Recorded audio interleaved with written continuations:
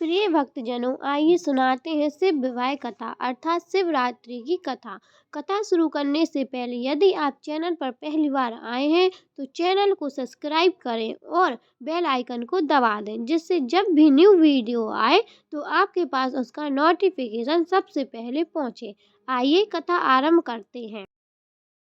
पार्वती अपने तप को पूर्ण होते देख घर लौट आई और अपने माता पिता से सारा वृत्तांत कह सुनाया। अपनी दुलारी पुत्री की कठोर तपस्या को फलीभूत होता देखकर माता पिता के आनंद का ठिकाना नहीं रहा। उधर शंकर जी ने सप्त ऋषियों को विवाह प्रस्ताव लेकर हिमालय के पास भेजा और इस प्रकार विवाह की शुभ तिथि निश्चित हुई। सप्त ऋषियों द्वारा विवाह की तिथि निश्चित कर दिए जाने के बाद भगवान शंकर जी ने नारद जी द्वारा सारे देवताओं को विवाह में सम्मिलित होने के लिए आदर पूर्वक निमंत्रित किया और अपने गणों को बारात की तैयारी करने का आदेश दिया। उनके इस आदेश से अत्यंत प्रसन्न होकर गणेश, शंकर, कंठ, विशाख, कपाल कुंडक, वीरभद्र आदि गणों के अध्यक्ष अपने अपने गणों को साथ लेकर चल पड़े। नंदी, क्षेत्रपाल, भैरव आदि गणराज भी कोटि कोटि गणों के साथ निकल पड़े। ये सभी 3 नेत्रों वाले थे।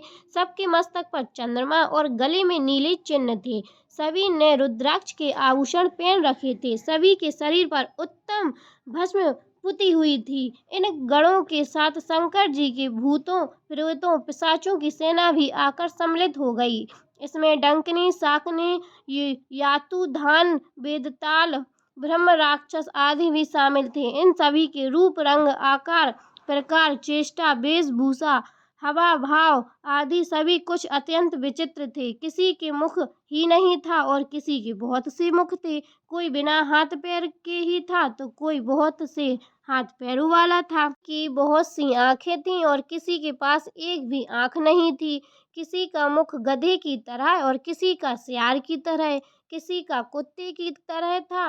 उन सब ने अपने अंगों में ताजा खून लगा रखा था। कोई अत्यंत पवित्र और कोई अत्यंत भीभत्स था। अपवित्र गणेश धारण किए हुए था। उनके आभूषण बड़े ही डरावने थे। उन्होंने हाथ में नर कपाल ले रखा था। वे सबके सब अपनी तरंग में मस्त होकर नाचते गाते और मौज उड़ाते हुए महादेव शंकर जी के चारों ओर एकत्रित हो गए। चंड देवी बड़ी प्रसन्नता के साथ उत्सव मनाती हुई भगवान रुद्रदेव की बहन बनकर वहां आ पहुंची। उन्होंने सांपों के आभूषण पहन रखे थे। वे प्रेत पर बैठकर अपने मस्तक पर सोने का कलश धारण किए हुए थी।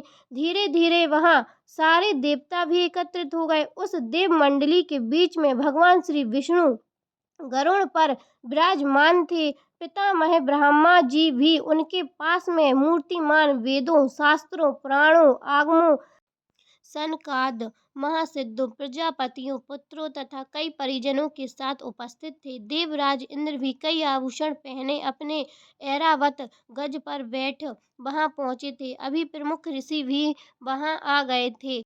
तुम्बरु, नारद, हाहा और हूहू आदि श्रेष्ठ गंधर्व तथा किन्नर भी शिवजी की बारात की शोभा बढ़ाने के लिए वहां पहुंच गए थे। इनके साथ ही सभी जगमाताएं, देवकन्याएं, देवियां तथा पवित्र देवांगनाएं भी वहां आ गई थीं। इन सभी के वहां मिलने के बाद भगवान शंकर जी अपने इष्टपुटिक जैसे उज्जवल सुंदर वृषभ पर सवार हुए दूल्हे के वेश में शिवजी की शोभा निराली ही झटक रही थी।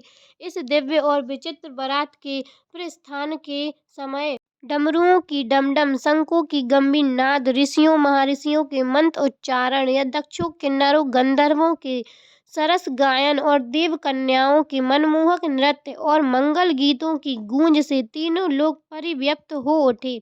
उधर हिमालय ने विवाह के लिए बड़ी धूमधाम से तैयारियों की और शुभ लगन से शिवजी की बारात हिमालय के द्वार पर आ लगी। पहले तो शिवजी का विकट रूप तथा उनकी भूत प्रेतों की सेना को देखकर मैना बहुत डर गई और उन्होंने अपनी कन्या का परिग्रहण कराने में आनाकानी करने लगी। पीछे से जब उन्होंने शंकर जी का करोड़ों कामदेवों को लजाने वाला 16 वर्ष की अवस्था का परम लावण्य रूप से देखा तो वे देह गेह की सुधि भूल गई और शंकर पर अपनी कन्या के साथ ही साथ अपनी आत्मा को भी न्यौछावर कर दिया। हर गौरी का विवाह आनंद पूर्वक संपन्न हुआ। हिमालय ने कन्यादान दिया। विष्णु भगवान तथा अन्य देव और देव रमणियों ने नाना प्रकार के उपहार भेंट किए।